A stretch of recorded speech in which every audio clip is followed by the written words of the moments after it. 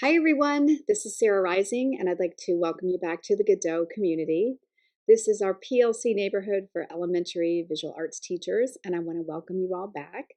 If this is your first time joining us and your first visit, we're glad you're here.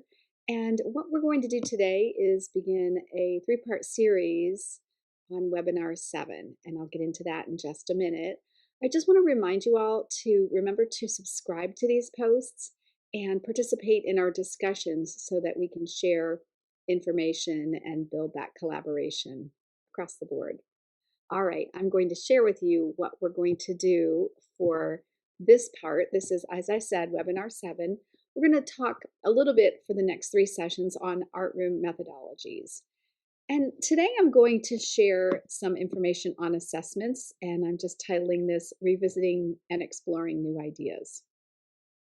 We've covered assessments in a couple other webinars, so I'm not going to get into the nitty-gritty about the differences between formative and summatives. I'm going to get into more just basic and general ideas, and what we're going to do is review some assessments and the importance of it in the art room. I'm going to talk to you guys a little bit more about some things that I am working on, and hopefully this might help spark some ideas with you on using assessments within student reflections, and then I'll share with you some resources and great reads relating to rubrics. All right, here we go. Reviewing assessments, as we know, we create these objectives for the students, and our evaluations are ways that we determine how the students are doing. And we look at their activity during the process and then after it's completed. And we can monitor their progress along the way, watch what they're doing, get them working on written and verbal critiques about their artworks, and then assessing things in journals. At the elementary level, we can do this with our older classes, but we have a unique situation in that we are seeing in most of our schools across the state kids in multiple grade levels. Some of us are seeing kids K through 12. Some of us are seeing bands of kids in kindergarten, first and second grade. So it varies a lot, but we still, as art educators, have to come up with a variety of art assessments that fits the needs of our students at the grade level where they're at the time. So what I hope I can do with you guys today is talk to you a little bit more about how we're collecting and using student data in the art room. I included this article here for you, and the link is on here. And if you're not aware, what I do after the presentation is I share the link to this PowerPoint so that you can go back and click on these and watch this or read it, whichever it is. But the thing that caught my eye was this little blurb right here that was in this document. We talk about administration and the powers that be, how we as educators lose sight of what can be gained from assessing students' creative abilities. Um, they claim that research has proven over and over that art classes can have a positive impact on academic achievement, and that we really need to be paying attention to student performance in those classes. We're all a little bit different in how we report grades for our classes, and I'm not going to get into that here, but this is just something to think about as we figure out how we are assessing and using that data in our art class just to see how our kids are doing. Next, I'm just going to share, we've got a couple of different rubrics. You may have seen some of these things on posts on the internet, and I've cited where where I got these, but I threw these on here just so you can look at different ways that other teachers have shared how they're assessing.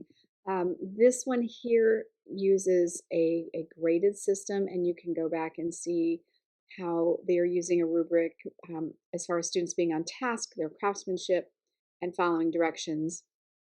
And then this rubric over here has a 4-point scale, and you can go back and see how they are assessing what the students have done after the project has been completed. Over here, I kind of refer back and forth to these, We need to be looking, this is a little bit outdated, but still helps me work on my standards.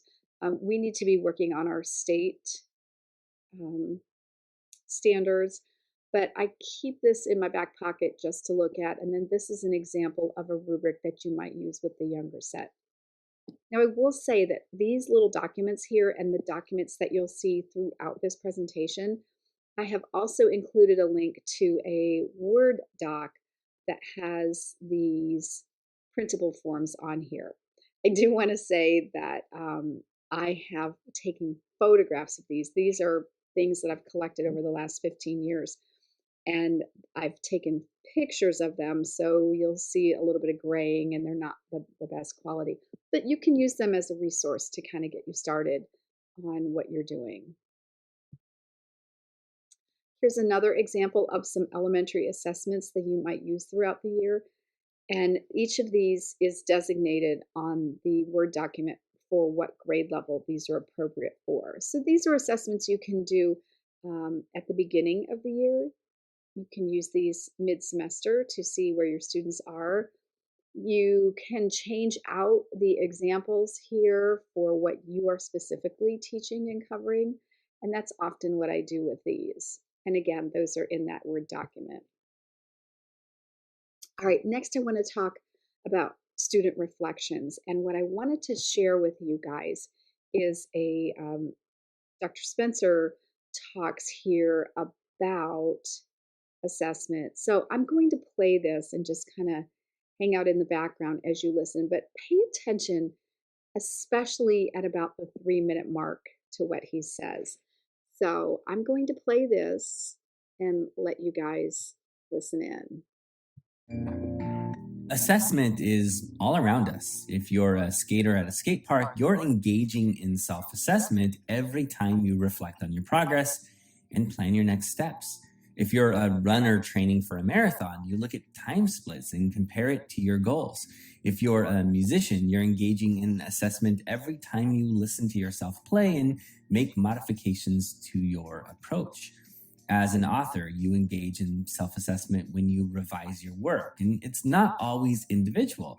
Often, assessment will happen in community. If you're a chef, you're engaging in peer assessment when you ask a trusted fellow chef, how does this taste? If you're an artist, you might ask for an extra set of eyes on a particular project. If you're an engineer, you might observe users to see if your design is working. And if you do any kind of creative work, both self assessment and peer assessment are vital for improving your craft. It helps you refine your process and helps you improve your products. Assessment helps us figure out what we know, what we don't know, and what steps we need to take in the future to master a skill or understand a concept at a deeper level. Okay, but what does this mean in the classroom? Well, it starts with self-assessment. Here, students engage in goal setting, where they set goals, plan their approach, and keep track of the progress.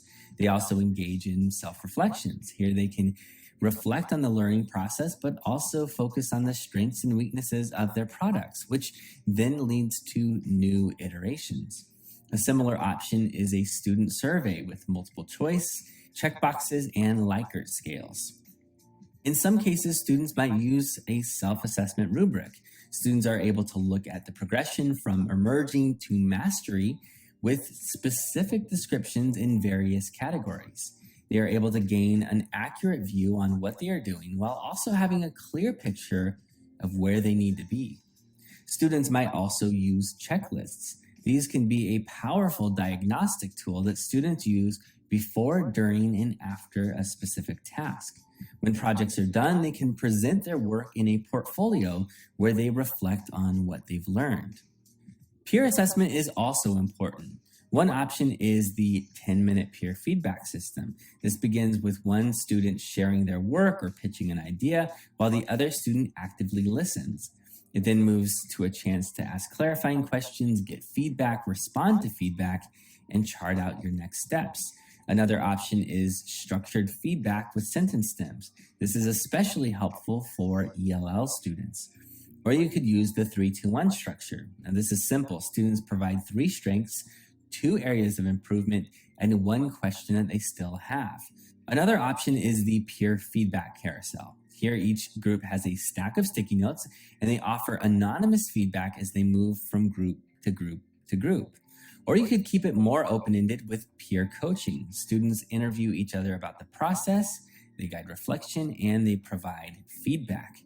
Now, we often think of classroom assessment as a conversation between teachers and students. But in life, students won't always have a teacher to grade their work or give them necessary feedback. And this is why we need self assessment and peer assessment every day. The more we can integrate this into our lessons, the better prepared students will be for the creative life. Did you catch that part at the end? I love the whole concept, the whole idea, and this is what we can share with our kids of why self assessment is so important. That there is not always going to be someone there to provide feedback. So you're going to have to be able to assess the situations for yourself and figure out what to do next. So I think in the art room, what we're trying to do with these students is to teach them to reflect on their work, but these peer assessments and all the conversations that they're having are also teaching them to be better conversationalists and how to communicate in a group. So that is one of the important things I think that we are doing through the assessment process. It's not just about grading the art, but teaching these students beyond that. These are just a couple more examples, and I apologize, I just noticed how blurry they are, but they look better in the Word document. But some more examples of student reflections and what you can do. The one in the middle would be more for the lower grades. The end piece would be more for fourth and fifth, and the piece over here would be appropriate for our first and second graders. So check those out if that's something that you'd like to learn more about. Finally, I have included, um, as we know, resources, our rubrics can get pretty bogged down. So I found a couple of Jennifer Gonzalez articles that talks about single point rubrics. And if this is something that interests you, what it looks like is just you have your learning objectives, and then instead of multitudes of boxes, you just highlight their evidence of going beyond the learning objective. And then over here, you would respond to areas if they have not quite reached the learning objective. So it makes it a little more conversational and solidifies things with the kids. I've also linked the article for the Art of Education here, where you can read about that too. It's nothing new, and some of you are probably already doing this, but I like to use rubrics every once in a while, and I like the idea of simplifying it for our students. And again, that's shared in that document that I'll link with the Word document. All right, well, time flies. I want to thank you guys for watching. And before you go, could you share your latest and greatest go tos for art assessments? Let us know what you're doing in the classroom, what's working with your students. Maybe you could even ask some questions about what you'd like to know more about. Post your response in the discussion section and then check back and participate in our discussion. I hope you guys enjoyed today's conversation, and we'll see you back here next time. See you later.